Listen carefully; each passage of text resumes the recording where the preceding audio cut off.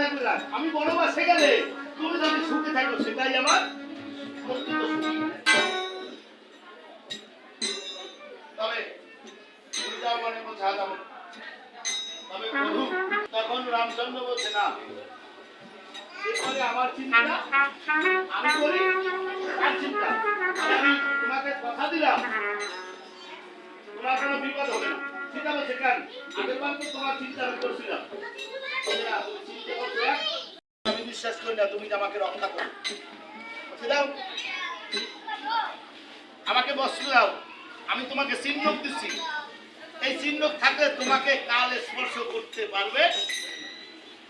কি চিহ্ন দিলে কাল স্পর্শ করতে, সে কি জানেন তো? তুলসীর মালা থাকলে কপালে তিলক অবস্থায় মৃত্যুবরণ করলে কাল দূত আপনাকে স্পর্শ করতে পারবে। অনেকটা দিয়ে বেশি আসলে দিন নাই, আশ্রয় গ্রহণ করেন না, দেখবেন ওই তিলক মালা আপনাকে সাধু করে দিবে। তিলক মালা দিলে যে আপনি সাধু হবেন তা না, তিলক মালায় আপনাকে সাধু করে রাখবে। লক্ষণ বলছে দাও, লক্ষণকে বলছে আমাকে বস্তু দাও। তাই লক্ষণ কি করছে, একটা সাদা কাপড় দিচ্ছে। রামচন্দ্র বলছে একটা তুলি দাও।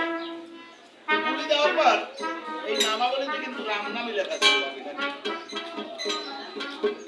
নাম নিজে লাগছে, নিজের নাম। সীতা লক্ষণ করতেছে, সীতাকে বলছে লক্ষণ। ওখান দেখছো দাদার নাম নিজে লিখছে, কিন্তু লেখে কি দিয়া, তুলি লিখতে কাজে লাগে না। রামচন্দ্রের চোখের জল দিয়ে দিয়া এই নামাবলীতে নাম লেখে। বলছে সীতা দাঁড়াও, এই নাম করণ করলাম নামাবলী। এটা কি নাম? নামাবলী, নামাবলী, নামাবলী। তবে এ যদি তোমাদের মাথায় থাকে কোন এমনকি কালো তোমাকে স্পর্শ করতে, তবে সীতা আজকে তুই ভক্ত জানে, আমি আজকে তোকে নামাবলী বলি।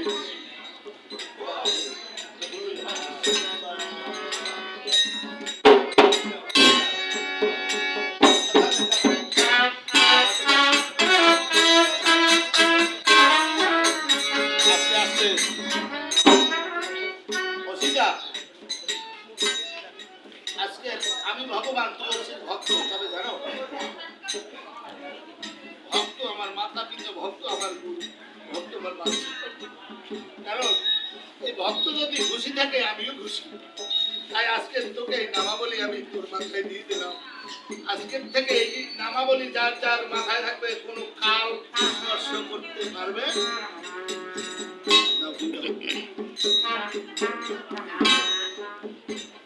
তবে সীতা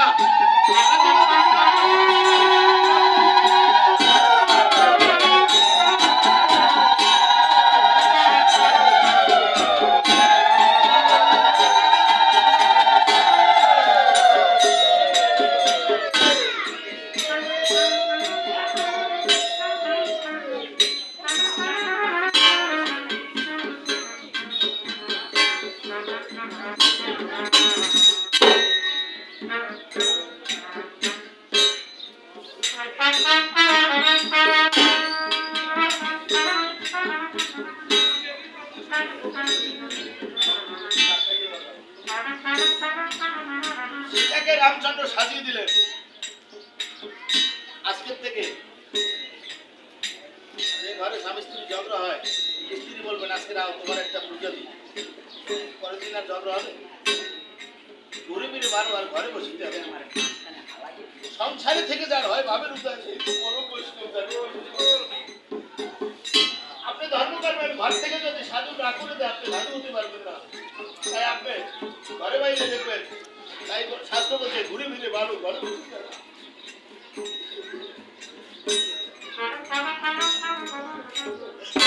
রাম বলছে সীতারে, তবে যাবি তো আয়, যাবার আগে তোকে একটা আলিঙ্গন করে রাখি। জীবনে তো আর জীবনে তো আর আলিঙ্গন হবে না। লক্ষণ বলছে দাদা আলিঙ্গন? বলছে হ্যাঁ, আলিঙ্গন দিলে বলে দেহের মধ্যে 5টা ভাব হয়, সখ্য, শান্ত, দাস্য, বাৎসল্য, আলিঙ্গন সবাই করে। মুসলমানের মধ্যে আছে না, খ্রিস্টানের মধ্যে আছে না, বৌদ্ধের মধ্যে। কেন এই আলিঙ্গন করলে পরে 5টা ভাব হয়, তাই জানে তারে আলিঙ্গন করবেন। তাই শাস্ত্র বলছে ও সে সাধুর বুকে বুক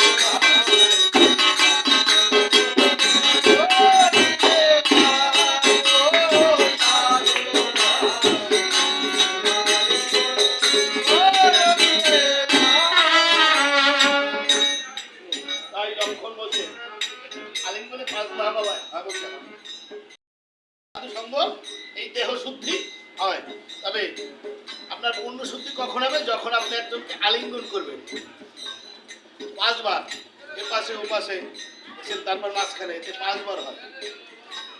একটা কাজ করলে যদি 5টা উপকার হয়, 9টা ভক্তি 5টা ভাব, এই একমাত্র 5টা ভাব একসঙ্গে হয় যদি তার সঙ্গে আলিঙ্গন করা যায়।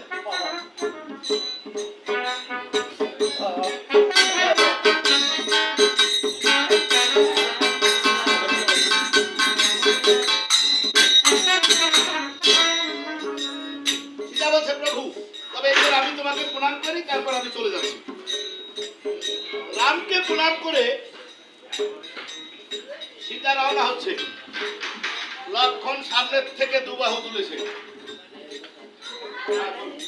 লক্ষণ দুবাহু তুলেছে, বলছে দাঁড়াও। আচ্ছা সীতামা, তুমি যাও কোথায়? বলছে আমি বনে যাই।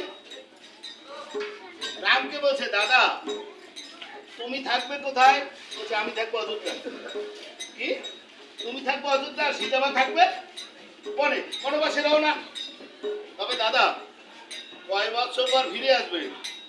রামচন্দ্র বলে ফেলছে যে আসতেও পারে, কারণ বাড়ির থেকে আসলে পরে ঘরে প্রণাম করে আসতে হবে। বাড়ির থেকে বাজারে যায়, মরা হয়ে ফিরে আসে বাড়ি, তাকে প্রণাম করে সকালে নামছি, বলিয়েছি আসতে দেখা হতেও পারে, দেখা হবে মরার পরও, কিন্তু কথা হতেও পারে।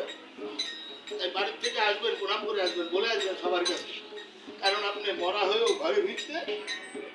তাই লক্ষণ বলছে দাঁড়াও, তুমি থাকবে কোথায়? অযোধ্যায়। আর তুমি থাকবে বনে। তবে কোনোদিন তো যুগলরূপ দর্শন হবে না, তবে আজকে তোমরা একটু যুগল বেশি দাঁড়াও, দাঁড়াও প্রণাম করে রাখি।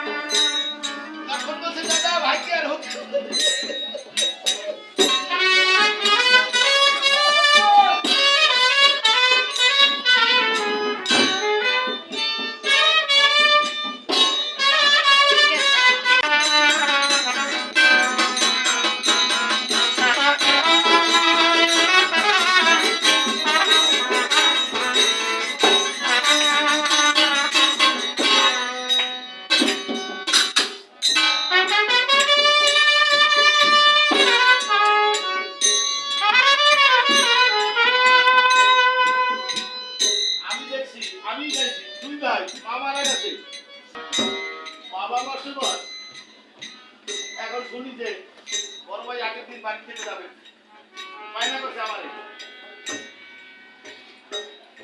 ধরছি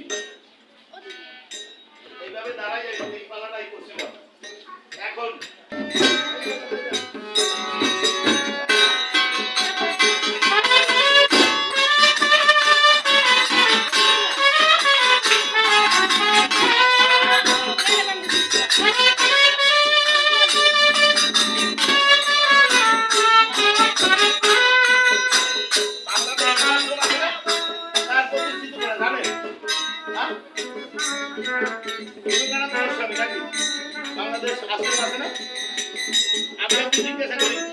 সরকারি কলেজে চাকরি করেন, এত আশ্রমের দরকার কি? এত আশ্রমের দরকার কি? আমার ভাই আপনি সব জানেন, আপনি মনে হয় এমন ভাবে জিজ্ঞাসা করেন মানে আগুনের মধ্যে মনে হয় ঘি জ্বালে। কথা বুঝতে হবে, আগুনের মধ্যে জল দেওয়া ঘি দেওয়া একটা জল দিলে নিবে, আর ঘি দিলে দ্বিগুণ। আমি কইলে আপনি যে জায়গায় গেছেন আপনি আমার সোজা করেন, এত আশ্রমের দরকার বলছে। আমি যেদিন চলে যাবো এই আশ্রম চলে যাবো, তবে এই আশ্রমে আসলে পারে যারা হিংসাত্মক প্রাণ হিংসা ভুলে যাবে আর অমানুষগুলো মানুষ হয়ে যাবে, কারণ এখানে আশ্রমে সাধু মহাজন ছাড়া কেউ থাকে না। বুঝলেন? তাই এই ধুলির একটা গুণ আছে। যখনই পূজা দিলেন লক্ষণকে রাম বলছে যাও সূর্যাস্ত যাবার আগে ফিরে আসে।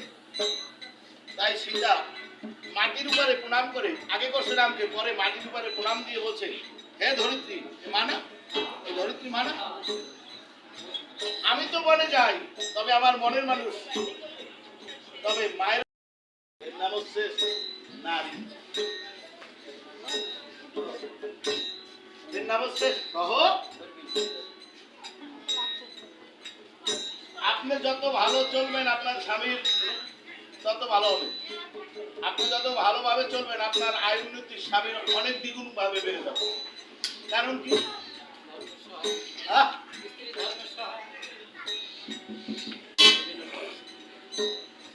20 কেজি আমরা এই পর্যন্ত উঠাতে পারি যদি একটু ধাক্কা দেয়, আমি কিন্তু উঠাতে পারি, তাড়াতাড়ি উঠে যায়। এই কারণ বলছে অধর্মিনী ধর্মের কাজে কীর্তনে যাবে, আপনি দুইটা ভুল তুলে দিয়ে দিবেন, আমি তো যেতে পারবো না, তবে এই ভুল দুটো নিয়ে আমার গোবিন্দের চরণে গাছের ফুল দিয়ে গেলেন স্বামীর কাছে, আপনার ধর্ম পাইলেন ঘরে বসে। অনেকে কয় তুমি ধর্ম করলে আমি উনি পাবো, যদি আপনি সহযোগিতা না করেন আপনি ধর্ম পাবেন? হ্যাঁ, চলে গেলেন সীতাকে নিয়ে, লক্ষণ চলে গেলেন। এখন বেলা প্রায় যায় কিন্তু সীতা রথ থেকে নামে না, সীতা রথ থেকে নামছে না। হঠাৎ করে লক্ষণ মনে মনে ভাবছে সীতা মা যদি রথ থেকে না নামে আমি কিভাবে তাকে বনে রেখে অযোধ্যা ফিরে যাবো সূর্যাস্ত যাবার আগে দাদার আদেশ। ও হঠাৎ মনে করেছে সীতা, সীতাকে রামচন্দ্র বলেছিল যদি কোনো বিপদে পড়ো তবে নাম করো, বিপদে বললে কি করতে হবে, আমি যদি বিপদ বিপদ বলে ডাকি আমরা পরিত্রাণ পাবো, তবে এই পরিত্রাণ পাওয়ার একমাত্র মাধ্যম হচ্ছে এই চিন্তাধারা কেউ আমরা করি, আপনারা আমি ভাগি দিতে পারেন কিন্তু ভগবান কিন্তু ভাগি দিতে পারবো। রাম বলছে লক্ষণ করে বলছে, তাই পবনকে নির্দেশ করেন, এই যে মাতা নাম হচ্ছে পবন, রামচন্দ্র পবনকে বলছে যাও লক্ষণ সীতা যে বনে আছে সেইখানে একটু বাতাস দিয়ে দাও। এমন বাতাস, সীতা বলছে লক্ষণ আমাকে রথ থেকে নামাও, বলছে কেন, আমার বাতাসে বড় ঘুম পাচ্ছে, বাতাস ভালো হয়ে গেছে ঘুম পাবে। লক্ষণ বললে এইমাত্র দাদাকে স্মরণ করলাম, দাদা উঠে আমার দাদা